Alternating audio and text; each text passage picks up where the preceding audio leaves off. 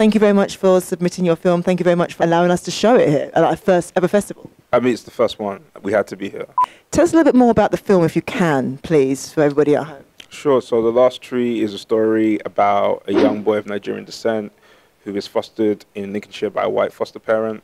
And our story picks up when his biological mother comes to pick him up and take him to live with her in South London. And he has to work out his new identity in a new space. And this person being kind of you? Semi-autobiographical. Yes, semi, yeah. So you experienced some of this? Yeah, some of it. And then I also met other people who were fostered and merged their stories with my story to kind of create like a new reality. Definitely. You see, what I've noticed is that many people didn't really know about all this that happens, you know. For you, what's your heritage? What's your culture? I'm Yoruba, Nigerian. So I can see lots of people dancing in the background. Did you see that as soon as you said that you're Nigerian Yoruba? Look. I see people really rocking. Yes, my sister. I got distracted though. Did you know much about what many people had gone through before your young self was born? Yeah. I knew people that had this experience, people that were my age as well. So it's not something that is too far removed from the reality that I know. I did my research as well, like a wave of people that had gone through this, and it wasn't just a one-time thing, which is really nice to know and help me to get into the character a bit better as well. Was it very difficult for you to make? With work that's very personal, there's a longer like gestation period when you're trying to get the script to where you want it to be, because it's like you're drawing from personal experiences. And I think I found the balance where I was drawing enough from the personal, but also had enough distance. So I had enough personal for it to be authentic, but enough distance for me to be able to approach it in a kind of objective way. You've got a very beautiful eye. Your film is amazingly beautiful to watch. The story, although it's harrowing in the narrative, takes place in some really beautiful backdrops, like location as character. You know, we're from Lincolnshire to South London to Lagos.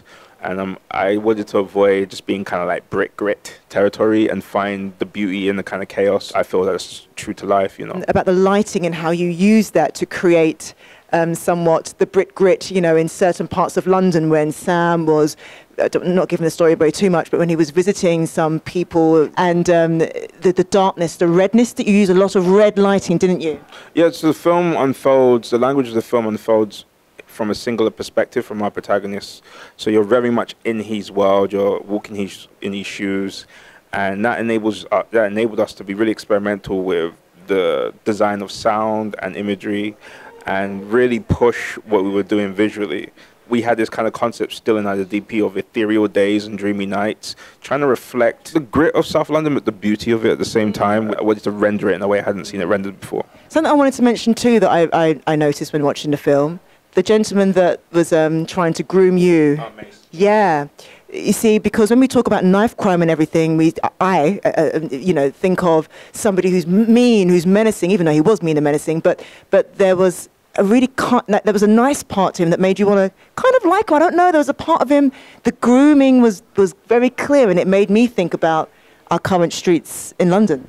Well, he's human, and I think most of the time, that type of character is rendered as almost just as a stereotype, and you can be very beguiling and very warm as well as nefarious at the same time. You know, so he's a multifaceted character, so it's important to reflect that. And there's reasons why he's caught up in that world, just trying to provide for his family in the same way. So I just wanted to try and I wanted to capture a truer reflection of that world than I'd seen before.